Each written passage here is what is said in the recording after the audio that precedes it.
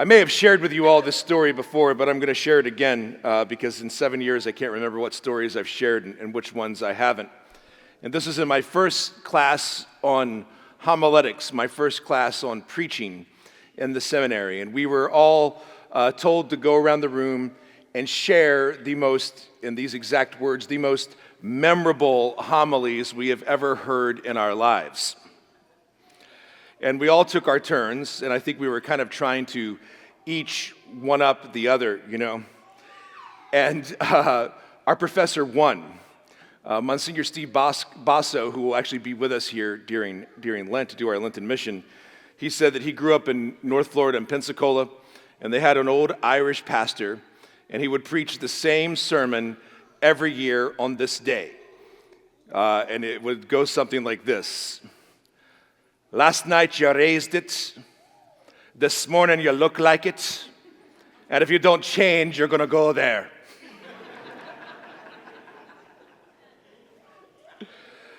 A lot of merriment is probably lingering in our hearts. For a lot of us, tomorrow means the first day back at work. It used to mean the first day back at school, but now they're nice and they wait until the following Monday. At least we are here. I think the public schools are the same. But this is a feast that's taken on different names throughout the history of the year. Of course, in the secular world, it's the New Year, which is sort of a religious feast as well, because the calendar that we use today was given to us by a good pope, by Pope Gregory, which is why we call it the Gregorian calendar. But historically, this feast was called the Feast of the Circumcision of the Lord, because of the text that we have in the gospel today. And I guess perhaps it was changed because people felt it was awkward to talk about circumcision in church.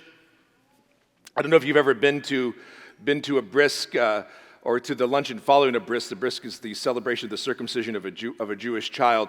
And all of my Jewish friends say that the luncheon afterwards is one of the most awkward things you could ever go to because no one really knows what to talk about. Oh, he's a healthy boy. But it's a beautiful thing that we commemorate is that Jesus Christ himself was signed with the old covenant. And an easy way of explaining what circumcision is it was a unique marking given to males, given to males as a sign of the covenant they had received with God. Covenant was usually expressed by an intermingling of blood, right? You give your blood, the person gives their blood, and that's the sign of a covenant that is shared between two people. A covenant is not like a contract. A covenant is an exchange of persons. That's why there had to be a symbol of flesh, a symbol of something that you give to the very person. For example, we have the covenant of marriage these days, right? The covenant of marriage is expressed in the church through the words and intention of the couple, and then ultimately given its meaning through the marital embrace that the couple share. That is an exchange of persons. I give myself completely to you, you give yourself completely to me. And I think it's a good thing that we recognize that Jesus Christ completed the old covenant, that through this action that took place 8 days after his birth, he, in a sense, brought that action to fulfillment. He has given himself completely and totally to us, and we belong entirely to him. And he does indeed share his very body and blood, not only his sacrifice offered once and for all for us on the cross, but that sacrifice made real and present every time we celebrate the Eucharist. We exchange he gives us his body and blood. His flesh becomes our flesh. His blood becomes our blood. His divine life continues to grow and to move within us. And so ultimately, this is a feast about who Jesus Christ is. In the post-Vatican II liturgical reform, it was decided today we should focus on the solemnity of Mary as Mother of God, which I think is important because since the time of the Protestant Reformation, this has become a title attributed to Our Lady that can sometimes be a cause for division in the church, in the wider church, if you will, because people have trouble. They hear Mary is the Mother of God. I remember when I had my class on Jewish theology at the seminary, we told the rabbi that we called Mary Mother of God, and he was scandalized. He said, well, she's not the Mother of God. Mary's not the mother of the Godhead. Obviously, right? The triune God existed before all eternity. Mary is a creature of God. She is if you will, in a sense, the epitome of God's creation given in Mary. But Mary held in her womb the eternal Godhead in the person of Jesus Christ, that God took flesh in the womb of his mother. And so in the early centuries of the church, there began to be arguments about this. They were saying, well, you can't really call Mary the mother of God. You could only call her the mother of Christ. And the reason why there was this denial is because they were, in a sense, denying the eternal Godhead of Jesus, saying that Jesus, from the moment of his conception, wasn't God, but he became God-like later. And this is a form of Arianism and all sorts of other Christological heresies that plagued the early church. But when we say Mary is mother of God, what we are doing is we are recognizing that Jesus Christ, from the moment of his conception in his mother's womb, to the moment of his birth, to the moment of his passion, his death, and resurrection, is eternally God. And it's so appropriate that we celebrate that notion and pay attention to it in the context of this Christmas season. That Christ, the eternal Godhead, became incarnate in the womb of his mother. His flesh is something that was given to him at that moment and something that he still has today. Every time we celebrate Mass, when the priest pours water into the chalice of wine before the consecration, he says quietly, he's supposed to say it quietly anyway, the prayer, through the mystery of this water and wine, may we come to share in the divinity of Christ, who humbled himself to share in our humanity. It's not like we are dualists, right? Where you believe that the body is evil and the spirit is good. That's Gnosticism. That's not Christianity, right? God made the material world. The material world is part of who we are. This is why our bodies are intricately connected to who we are. They're an integral part of our identity. This is why so much of Christian theology and morality concerns the way we treat, the way we honor, the way that we respect our bodies. But it's important to understand that likewise, Jesus isn't human over here and divine over here. He is equally human, equally divine. And it's not just something that happened in history, but the incarnation of Christ continues. Jesus ascended to the Father after his resurrection. He didn't die again. Christ is still in the flesh, which of course is a mystery to us because he's not in this world.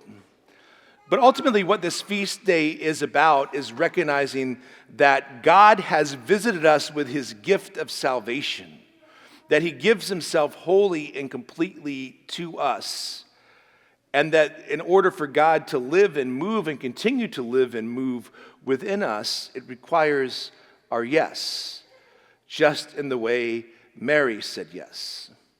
In the Eastern churches, Mary is referred to as the Theotokos, which literally in Greek means the God-bearer. Probably explains what we believe a little bit more than when we say Mother of God. She is the God-bearer. That God himself became incarnate in her womb. And of course, this title was first given by Elizabeth in the moment of visitation in the first chapter of St. Luke's Gospel.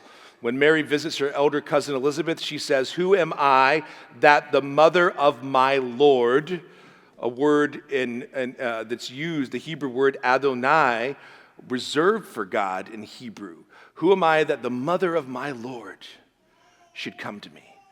And Elizabeth herself showed great deference and respect to Mary, which was counterintuitive to what it would be at the time.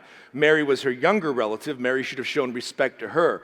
In addition to that, Elizabeth was the wife of a priest, so she was of higher social standing. But Mary visits Elizabeth and she says, "Who am I that the mother of my Lord should come to me?"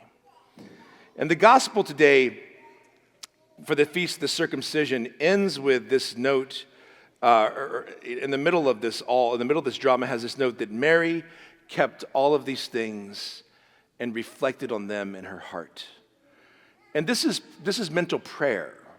This is the prayer that we are called to every day, to take into our mind and into our heart the great things that God has done for us.